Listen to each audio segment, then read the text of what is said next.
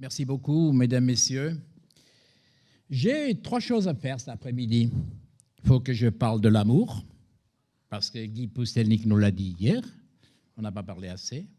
J'ai un message à vous apporter et je vais vous parler de ce qui se passe en Europe et ailleurs en matière de rétablissement de la continuité écologique.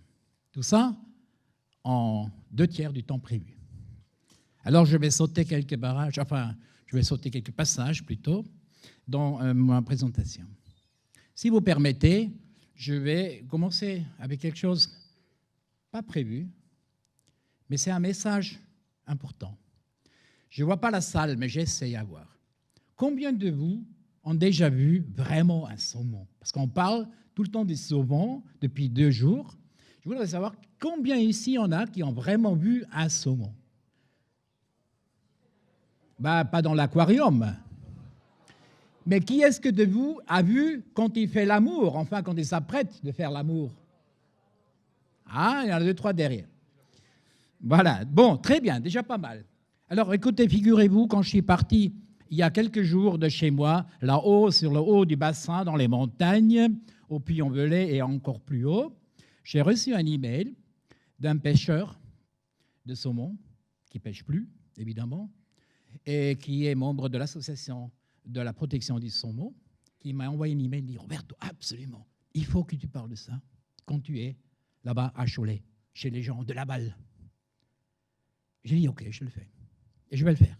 Il m'a envoyé une séquence très courte d'un film d'un saumon qui est arrivé il y a 10 jours, le 14 novembre, sur le Haut-Bassin, qui a franchi tous les différents obstacles qu'il y a sur la Loire, qui a passé devant là, et qui est arrivé finalement aux sources de la Loire et qui est en train de préparer le frayeur.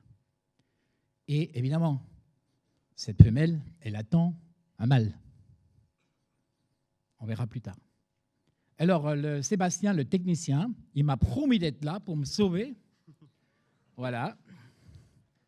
Parce que ce n'est pas évident, on travaille sur des écrans, sans parole.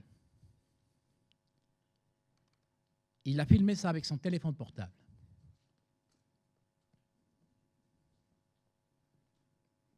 Donc on est sur le Haut-Allier, en amont de Poutez, vers les sources, tout près, sur les meilleures frayères.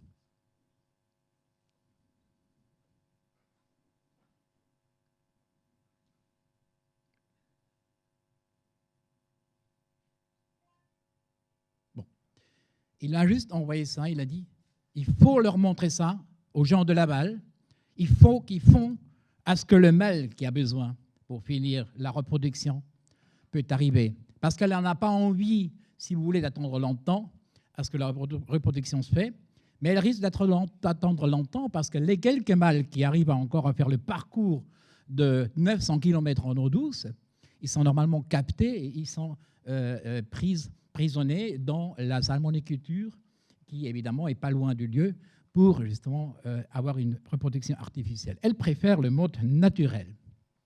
Alors, cette obligation de la continuité écologique, on l'a tous, nous, que ce soit dans les petites rivières, que ce soit dans les grands fleuves. Et évidemment, c'est le sujet du colloque, c'est le sujet de ce que je vais essayer à vous présenter, comment ça se passe dans d'autres pays en étranger. Peut-être un petit rappel. C'est un barrage aux États-Unis, celui-là. Ça a été un barrage. Ça symbolise très bien de quoi on parle. Ici, vous allez voir un peu plus tard, c'est passé quelque chose d'extraordinaire. Continuité écologique, c'est quand même l'état naturel d'une rivière, on est d'accord? Les Indiens, ils disent, une rivière, c'est un lac qui court. Et quand ils voient un lac, ils disent, c'est une rivière qui se repose. J'aime bien ça, mais normalement, voilà, il y a une continuité qui est nécessaire pour qu'une rivière soit une rivière. Elle peut être perturbée par les accidents géologiques qu'on connaît, soit par l'homme lui-même. Mais dans toutes les façons, et n'oublions-le jamais, la rivière, elle cherchera à recréer, soit par sa propre force, soit par l'aide de l'homme, cette continuité écologique. Il faut peut-être 1000 ans ou 2000 ans que la Loire ou d'autres rivières auront fait leur boulot d'enlever ce qu'on leur a mis à travers. Ça se fera tout seul. Il ne faut jamais oublier ça.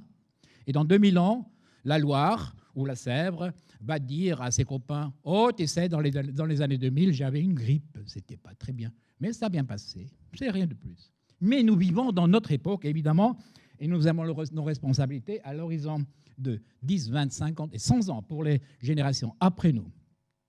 Quand même, rappelez-vous, parfois la rivière, elle fait le nécessaire pour établir la continuité écologique mal passée en 1959. Ou bien en Italie, 3000 morts, Vaillantes. Ou bien en USA, Tetondem. Toutes ces rivières et fleuves, ils ont cherché à se libérer. Ils ont réussi.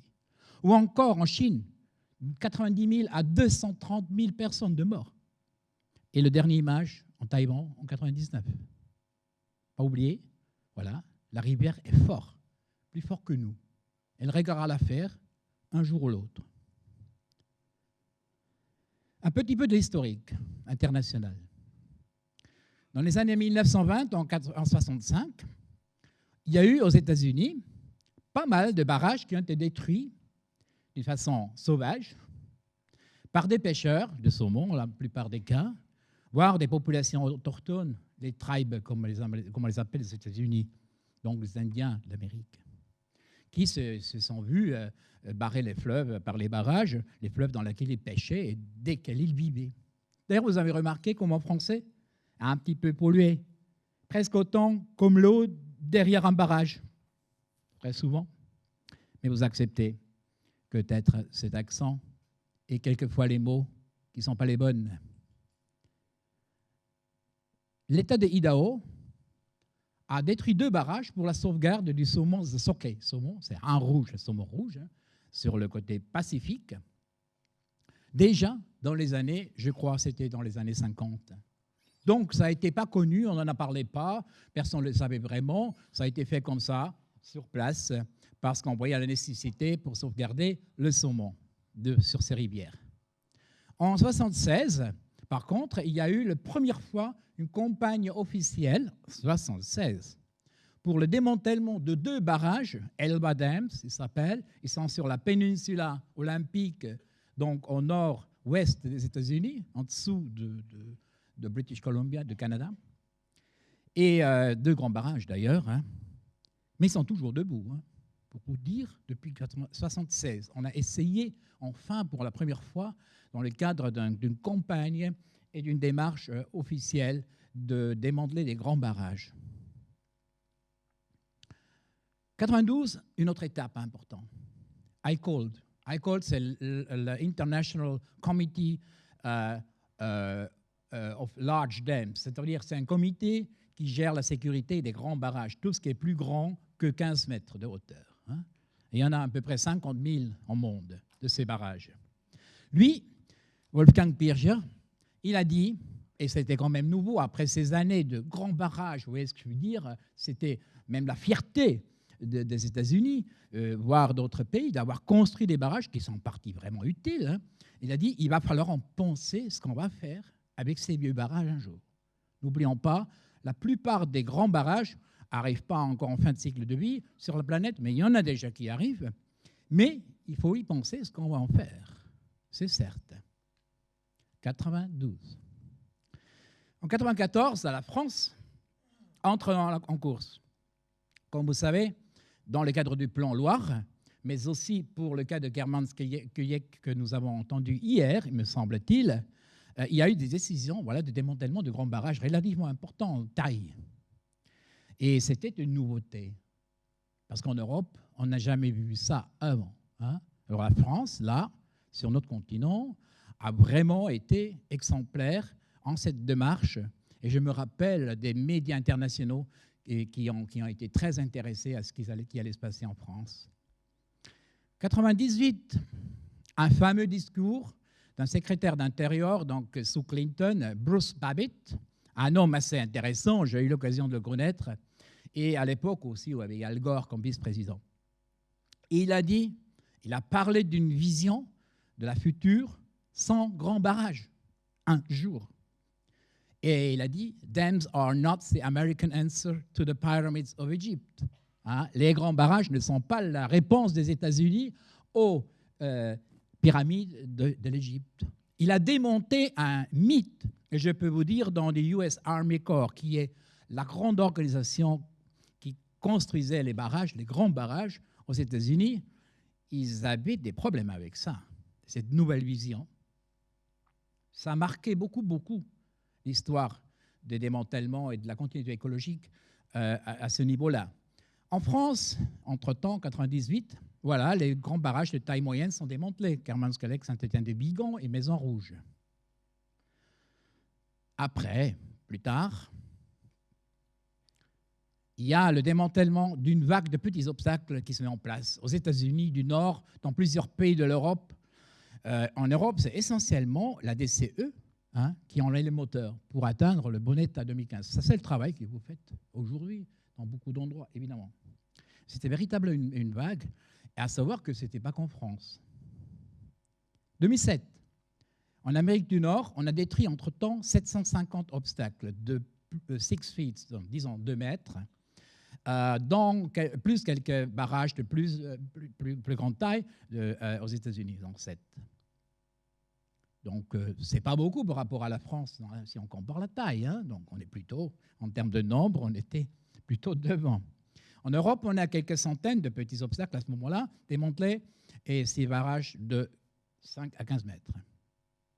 2008, il y a l'élan de démantèlement est freiné à cause du débat émergent autour du changement climatique qui suscite la promotion de l'électricité et les politiques publiques de subventionner le rachat d'énergie auprès des petits producteurs.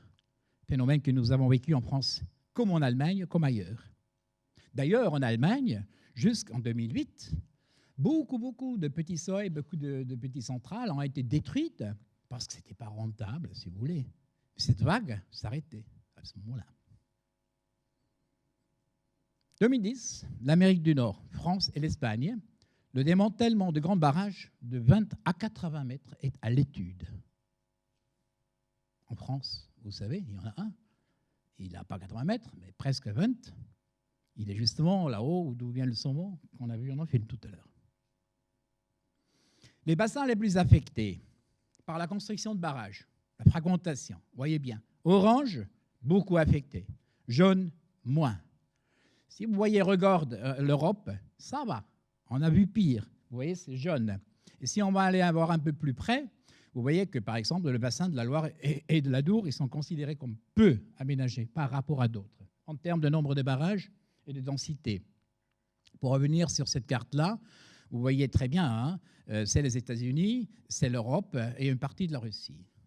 Puis évidemment, la Chine. Mais sur la Chine, on n'a pas bien des chiffres bien précis. Alors, la densité de barrages, pareil, dans une concentration, on peut dire, en Europe et aux États-Unis. 50 000 grands barrages plus grands que 15 mètres. Aux États-Unis, 76 000 barrages plus hauts que 2,5 mètres. Et encore, on n'est pas sûr si on a tous. Et en Europe, on ne sait pas bien encore, mais on parle de 10 000 qui sont plus grands que 2,50 m en Europe, qu'on voit arriver en fin de concession dans les années qui vont venir. C'est une estimation. On n'a pas les chiffres précis. Il y a des inventaires qui se font, notamment en France, qui vont nous dire beaucoup plus en détail. Les bassins les plus concernés par le rétablissement de la continuité, vraiment vu du ciel, bon, c'est aux États-Unis, encore une fois, c'est en Europe et un peu en Scandinavie. Je ne vais pas beaucoup vous parler de la Scandinavie aujourd'hui, c'est un peu un cas à part. Mais je me concentre, rien que pour des raisons de temps, sur les États-Unis et un peu l'Europe. Les États-Unis. Je suis allé il y a plusieurs fois aux États-Unis. Première fois quand je suis allé, au moment où il y a eu l'émergence des projets de démantèlement, je suis allé sur la Columbia River. Et bien, vraiment, je suis tombé dessus, un campement des Indiens qui protestent contre le non-respect de leurs droits de pêche et de vivre au bord de la Columbia. Et j'ai passé quelques jours formidables avec eux. Et puis, ils me l'ont dit, Roberto, parce que c'est toi, on va t'amener à ce barrage que je vous ai montré au début, celui-là, quelque part sur la Payette River, en le nord des États-Unis. Et puis, ils m'ont raconté que c'était eux, sans permission, sans rien, qui se sentaient obligés, au nom de leur, comment je peux dire, de leur valeur qu'ils avaient, d'enlever une partie de ce barrage pour laisser place au saumon. Donc, ils l'ont démonté comme ça, sauvagement, on peut dire. Et puis, finalement, il n'y a aucune conséquence. Je pense que le barrage était déjà trop vieux. Il n'y avait plus de production électrique à ce moment-là.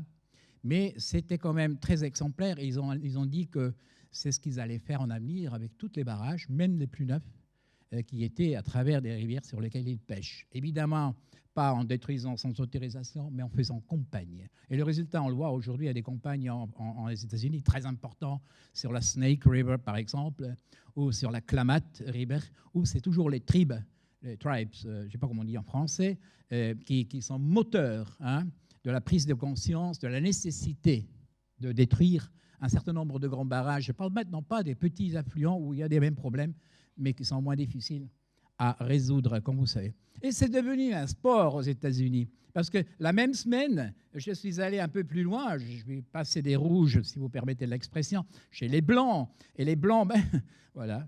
Alors, ça, je sais aujourd'hui. Le moment de la décision et le moment des travaux, c'était un truc de 2 mètres de hauteur, c'était une semaine. Pas de décision formelle, officielle. Les gens, ils ont dit, mais ça nous gêne énormément, ça ne sert plus à rien. Ils se sont mis d'accord avec un entrepreneur local, ils ont téléphoné peut-être au state government pour dire, écoutez, il y a un problème là, on résoudre nous-mêmes. Ils cherchaient le fric et ils l'ont payé. Et puis, je crois que celui qui avait l'engin, il l'a même fait bénévolement. Voilà, c'est un sport un peu national. C'est pas mal, pas mal. À ce titre-là, un petit épisode. Ouais, je peux la raconter. J'étais en Russie pour les mêmes choses. Alors, je ne vous raconte pas. J'avais fait des images, des photos. Le problème, c'est que c'était sur la Aka River, c'est un affluent du Volga. Il y a une sorte de migrateur là, des poissons. Je ne sais plus exactement le nom, mais qui ne fait pas tout le fleuve Volga, mais une partie de l'Aka. Et puis, une immense réserve militaire. Mais immense, il doit avoir la taille presque de 2 ou 3 ou 4 départements français. Et puis, voilà, la rivière, elle traverse. Et bon, les gens, ils m'ont dit, écoutez, les services de l'eau, les services des forêts, ils m'ont dit, venez, on va vous montrer ce qu'on fait nous. Parce que je leur ai parlé des démantèlements. Je leur ai parlé de ce qui se passe en France. Je leur ai montré l'image de Poutet, pardon, du barrage de Poutet. Quelle erreur, ce n'est pas encore détruit. Non, je voulais parler de Saint-Étienne-du-Vigan, le fameux barrage de Saint-Étienne-du-Vigan, avec ces belles explosions, vous l'avez vu dans les images d'un collègue hier. Eh bien, ils m'ont amené, simplement on est en Russie, il fallait commencer déjà avec un vodka, puis 2. Puis après, on prenait un 4x4, on roulait. Et puis, comme c'était loin, on s'arrêtait à nouveau du vodka. Moi, je commençais à avoir des saumons partout. Pourtant, il n'y en avait pas. Mais eux aussi, simplement, ils étaient plus résistants. Et alors, ils m'ont amené à un lieu où il y avait une trentaine de chars. Là, il y a l'armée. Il m'a dit, nous, on déconstruit comme ça. On fait les manœuvres à certains endroits dans les rivières où il y a des petits seuils qui nous gênent beaucoup. Et bien, voyez-vous, ça coûte pas cher comme ça. Ça occupe l'armée et ça sert aux poissons et aux pêcheurs. Les images que j'ai faites, je ne les ai jamais retrouvées parce que j'ai perdu ma caméra. Tellement on en a bu, ça fait partie de chez eux. Je suis toujours à la recherche de ces photos magnifiques. Désolé, je ne peux pas le montrer. Aussi un sport chez eux. Pas très compliqué. Ils résolvent le problème avec les moyens de bord. Là aussi, aux États-Unis, ils étaient tout contents après, vous voyez. Ils ont fait la fête le soir. Les États-Unis, Canada. Alors, les caractéristiques. Bon, les États-Unis, ils ont évidemment encore et heureusement des grands axes de migration toujours présents, notamment sur le Pacifique, côté Pacifique, donc à l'ouest, mais aussi en partie à l'est. C'est valable pour Canada aussi. Et c'est pour ça que, évidemment, très tôt déjà, on avait essayé à sauver les populations en construisant évidemment beaucoup de salmoniculture pour répondre aux problèmes qui s'est manifesté déjà à 30 ans à cause des barrages où il y a eu des passages difficiles malgré des constructions incroyables qu'on a trouvées pour ouvrir le chemin pour ces poissons, qui sont un facteur d'économie très important sur ces fleuves, la pêche du saumon. Et bien, alors, on a abandonné cette politique de salmoniculture qui posait un grand nombre de problèmes, vous imaginez, à une politique de restauration des milieux et pour le saumon et de rétablissement, effectivement, de la continuité d'une façon massive. Alors, Ce qui est aux États-Unis, et c'est formidable, il y a quand même une prise de décision très pragmatique, on l'a vu un peu, mais ce n'est pas symptomatique pour tout le pays, évidemment, parce que, si vous voulez, l'importance des arguments économiques, la pêche pour les professionnels ou l'amateur, il pèse tellement aux États-Unis à beaucoup d'endroits que l'aspect énergétique a moindre d'importance, beaucoup moins d'importance. Le dam removal, c'est-à-dire le démantèlement de barrages, permet pour eux, les Américains, et ça m'a beaucoup impressionné, de restaurer de façon efficace la biodiversité au moindre coût. S'il faut, parce que pour eux c'est un investissement tout court, hein, c'est la vision un peu anglo-saxon, hein, c'est là, il y a du fric là derrière. Donc on va voir qu'est-ce qui est moins cher. Avoir une rivière avec du saumon qui est capable de se régénérer elle-même, qui produit en très peu de temps beaucoup de biodiversité, sans qu'on doit y installer une protection Natura 2000 X et Y hein, dessus, simplement une rivière qui fonctionne. Ça coûte moins cher, et si jamais les producteurs d'électricité qui sont sur les ouvrages ne sont pas d'accord, on leur rachète la production de l'énergie pour plusieurs années, tout simplement. Et qui finance tout ça? Eh bien, figurez-vous, ce n'est pas nécessairement l'État, ce n'est pas nécessairement les régions chez nous hein, ou les States, non. Parfois, c'est les fondations tout court, en cofinancement évidemment avec d'autres partenaires. Mais c'est une démarche complètement différente chez nous. Hein. Et puis la plupart du temps, l'État fédéral n'est même pas impliqué. Par contre, depuis un certain temps, évidemment, il y a une politique fédérale qui renforcée, qui se met en place, qui comprenait aussi des moyens financiers, notamment pour les grands barrages. J'ai vu cette diapo hier aussi chez notre ami Malavoir, mais il vaut la peine, ça vaut la peine. Un ONG américain, American Rivers, des amis magnifiques, merveilleux, qu'on y travaille, eh ben, ils ont fait un guide, voilà, comment on peut trouver les fonds pour détruire les barrages. Alors, Jean-Paul Doran, demain, on va aller faire une fondation, n'est-ce pas, ou visiter des fondations pour éventuellement acheter le barrage X ou Y ou Z, etc., pour le démanteler avec, évidemment, les gens locaux. Mais se dire, c'est une façon de faire, étrange pour nous, mais très efficace. Et la plupart du temps, les gens qui sont concernés, ils font partie de la campagne de financement. Peut-être une idée pour M. Goury sur la Solune. Ici, le mode de financement aux États-Unis. Là, il y a un moyen de plusieurs projets, grosso modo 1 million d'euros. Il y a 18 cases, 18 exemples qui sont là-dedans mélangés. Vous avez le financement. Hein. Alors, vous avez le state, dans ce cas-là, le state, c'est-à-dire la région chez nous, hein, qui finance presque la moitié. Vous avez le municipal, dans ce cas-là, c'est zéro. Avec des petits barrages, ce serait évidemment un peu plus. Corporate, c'est des entreprises, donc peut-être les électriciens eux-mêmes. Hein. Non-profit, c'est les ONG. Et puis l'État qui finance avec 14%. Là, vous voyez déjà qu'il y a une certaine mixité, parce que si vous voulez, là-bas, la décision n'est pas prise au niveau fédéral, elle est prise régionalement, voire dans le state, avec automatiquement une implication beaucoup plus forte des locaux en amont de la décision. Je passe outre d'autres modèles de financement qui existent. Voilà, alors quelques exemples aux États-Unis de démantèlement. Hein. Ben alors ça, c'est mal fait. Voilà, ça va ensemble. Pas besoin de parler, là aussi, les rivières, ils reprennent très très vite de dessus. Après les déconstructions. D'ailleurs, c'est marrant de voir les mots qui existent aux États-Unis pour éviter une langue trop brutale. On parle souvent de la déactivation, on passe de démantèlement, comme chez nous, arrasement, et sinon vous avez entendu le mot. C'est parfois un peu une affaire de psychologie, évidemment, comment on nomme ce phénomène de déconstruction. Bon, de ce type-là, il y en a eu à peu près 700 hein, qui ont été détruits dernièrement aux États-Unis, toujours d'une façon assez pragmatique, avec des délais très courts, 1, 2, 3 ans maximum entre la décision, avec quelques exceptions. Le dernier, celui-là, c'est déjà un morceau un peu plus grand. Alors ici, quelques jolies images que j'avais fait faire d'une transformation du Marmot Dam. Alors, je demande mon Sébastien, notre Sébastien, qui a fait toute la technique pendant ce colloque-là, de démarrer là aussi, c'est toutes les heures à peu près une image de cette fameuse transformation d'un barrage qui avait peut-être 5 ou 6 mètres de hauteur. 24 heures, on est la matinée de la première journée. Bon, on prépare, voilà, on ouvre une brèche, voilà, on laisse un peu faire la rivière, c'est dosé. On essaye évidemment à éviter à ce qu'il y ait trop de sédiments ou trop aussi de boue éventuelle qui sera transportée.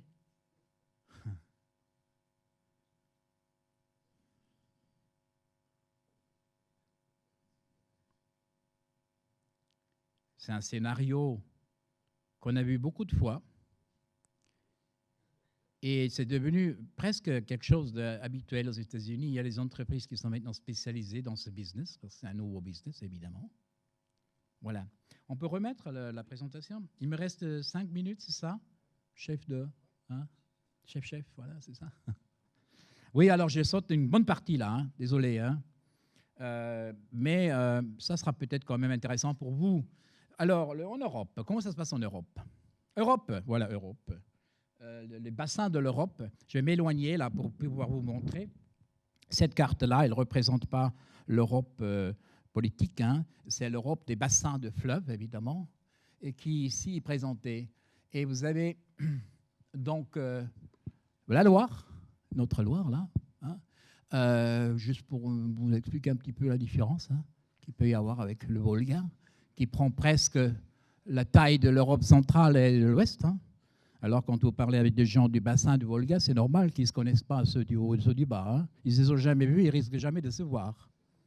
Donc, notre boulot, European Rivers Network, c'est souvent de les mettre ensemble. Je me rappelle, une des premières actions, c'est qu'on leur avait acheté des fax, il y a à peu près une vingtaine d'années.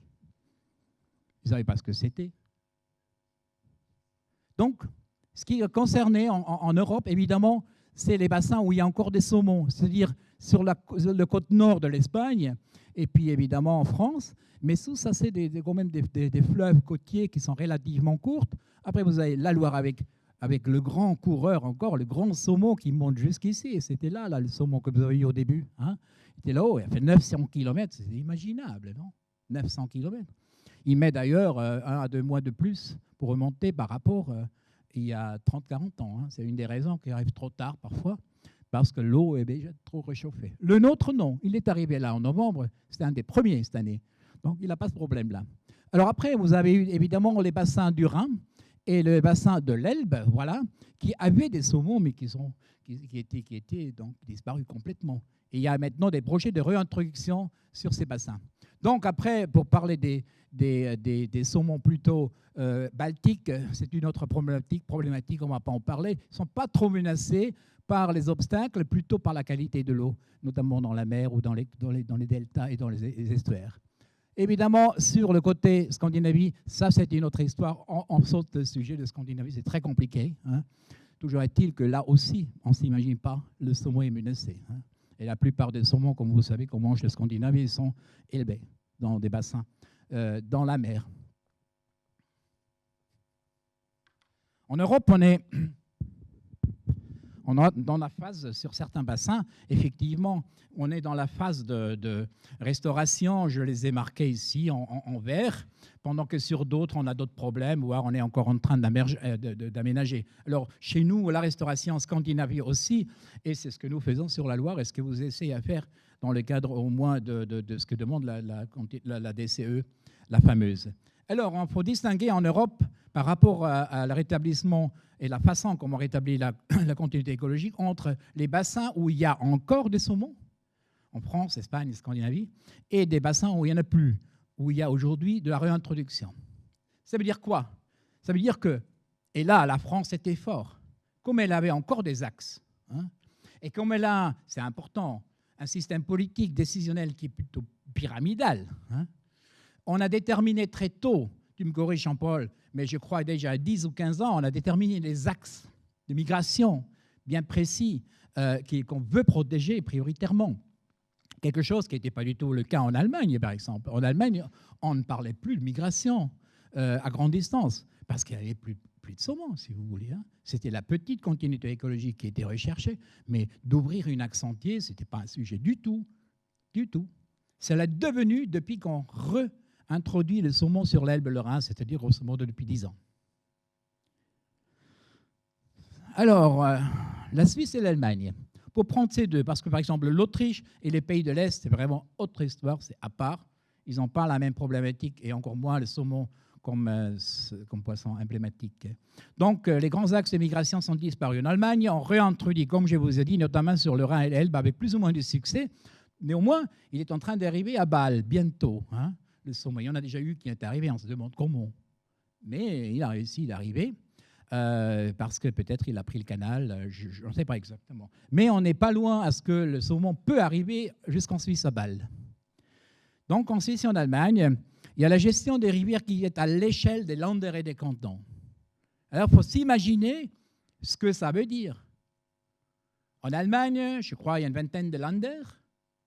Rien que sur le Rhin, il doit y avoir 6 ou 7, plus la France de l'autre côté, plus on avale encore les Pays-Bas et d'autres pays. Vous voyez la problématique de décider en commun. Il n'y a pas l'Allemagne, il y a des Landes.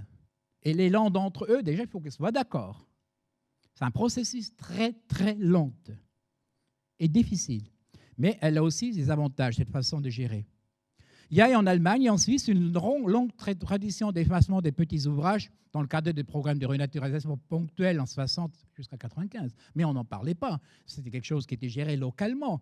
Au niveau fédéral, on n'avait même pas une vision du nombre d'effacements qui ont été faits, des petits effacements. On ne savait pas. Ça faisait partie de la renaturalisation tout court.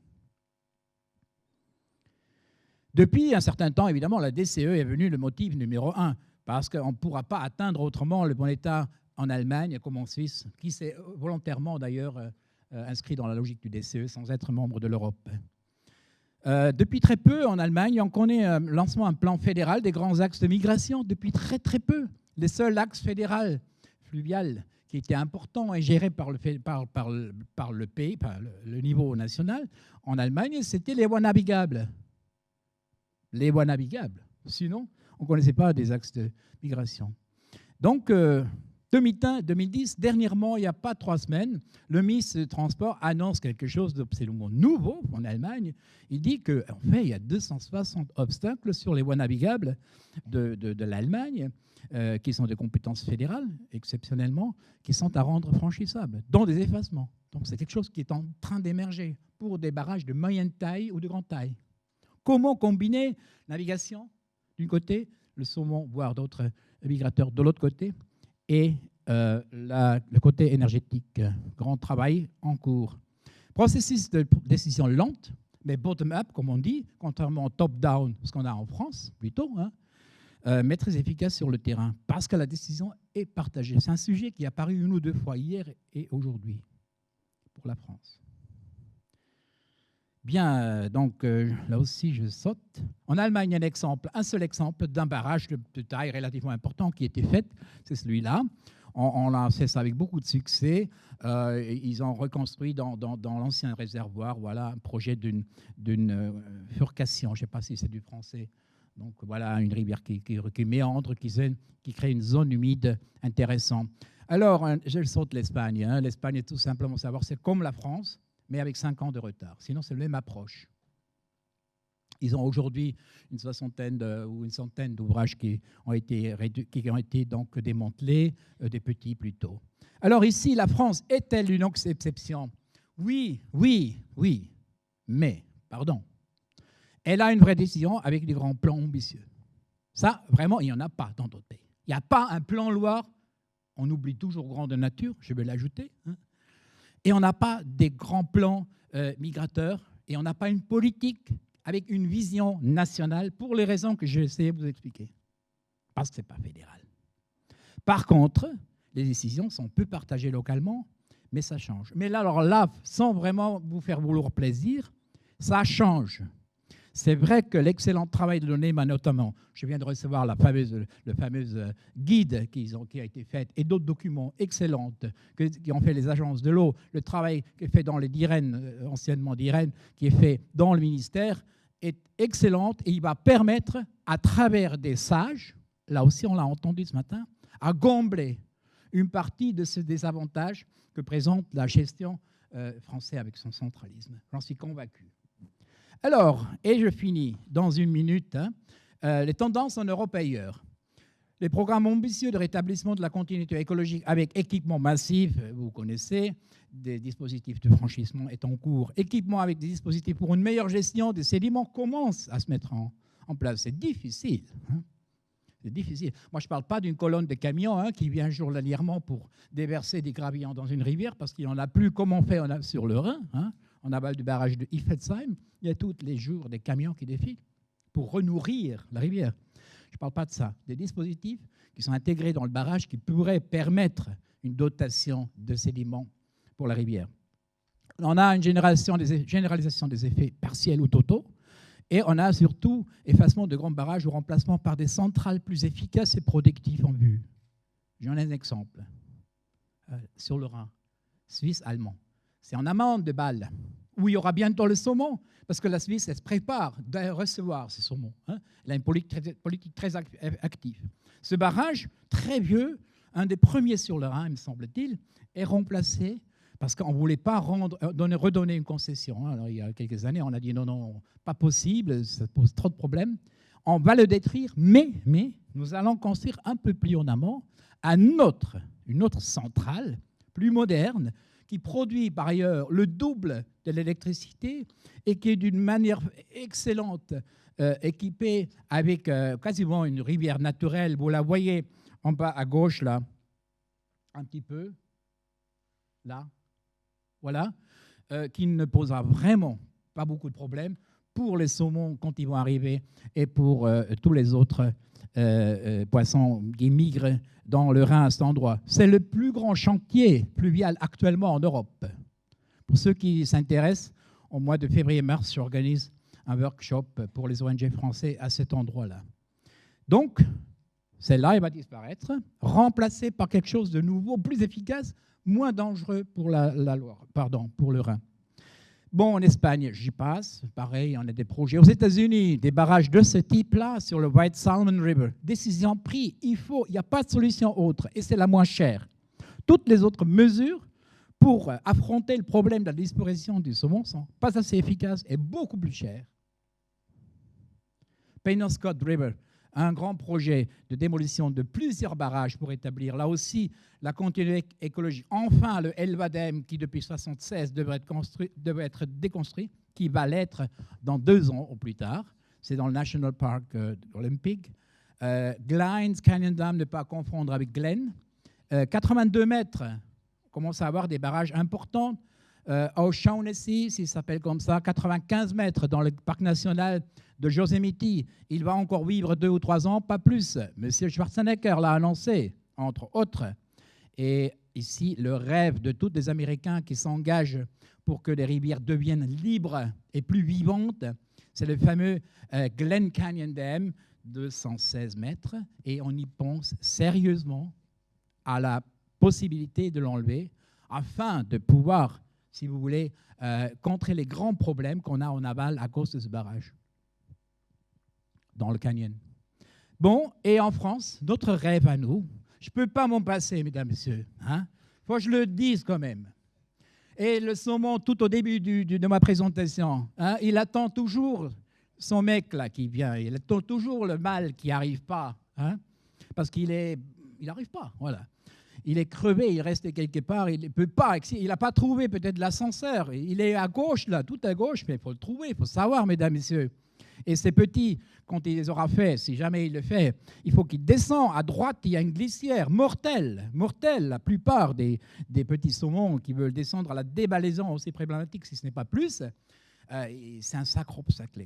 Voyez-vous, ce rêve de la France, je pense que c'est un rêve pour tout le monde qui s'engage aux rivières. Peut-être se réalise, parce que figurez-vous, actuellement, EDF présente un dossier avec une étude d'arasement et de remplacement par un simple seuil, 400 mètres plus en amont, peut-être 300 mètres plus en amont, qui permettrait à turbiner au fil de l'eau avec un contournement artificiel, aucun problème donc pour les saumons. Moi, ça serait vraiment quelque chose d'important et peut-être une raison pour moi de prendre un peu plus de retraite, disons, pour un petit peu être plus calme. Moi, je veux le voir, ce barrage, qu'il est enlevé. Il est important, c'est pas cher, c'est efficace.